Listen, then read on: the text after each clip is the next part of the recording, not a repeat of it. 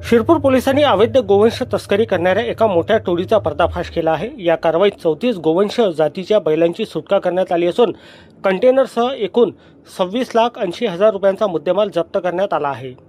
मिळालेल्या माहितीनुसार 13 मे रोजी शिरपूर पोलिसांना अवैध गोवंश वाहतुकीची गोपनीय माहिती मिळाली होती। या माहितीच्या आधारे ठाणेदार सहाय्यक पोलीस निरीक्षक संतोष मनवर आणि त्यांच्या पथकाने शिरपूर ते चारगाव चौकी दरम्यान नाकाबंदी केली। वणी ते शिरपूर रोडने येणाऱ्या एका संशयास्पद अशोक लेलँड कंटेनर क्रमांक NL01 AG 1288 थांबवून झडती घेतली असता त्यात 34 बैल निर्दयपणे बांधलेल्या अवस्थेत आढळले। पोलिसांनी वाहनातील इसम सरगम गुलाबसिंग धुर्वे याला ताब्यात घेतले। त्याची चौकशी केली असता ही तस्करी तौसिफ अहमद राहणार नागपूर आणि इरफान राहणार गडचांदूर यांच्या सांगण्यावरून केली जात असल्याची कबुली त्यांनी दिली।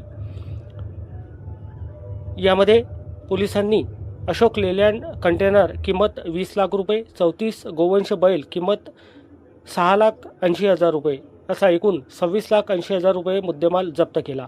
या प्रकरणी आरोपीविरुद्ध महाराष्ट्र प्राणी संरक्षण कायदा 1976, प्राण्यांना क्रूरतेने वागविण्यास प्रतिबंधक अधिनियम आणि महाराष्ट्र पोलीस कायद्याच्या विविध कलमांवर गुन्हा दाखल केला आहे। ही कारवाई पोलीस अधीक्षक कुमार शिंता, अपर पोलीस अधीक्षक अशोक थोरात, उपविभागीय पोलीस अधिकारी सुरेश दडवे यांच्या मार्गदर्शनात शिरपूर पोलीस स्टेशनचे ठाणेदार सहाय्यक पोलीस निरीक्षक संतोष मनवर, पोलीस उपनिरीक्षक धीरज गुलाने, पोलीस हवालदार इक्बाल शेख, प्रशांत झोळ, अविनाश बानकर, मंगेश सलाम, विजय फुलुके, किरण दासरवान आणि त्यांच्या पथकाने पार पाडली।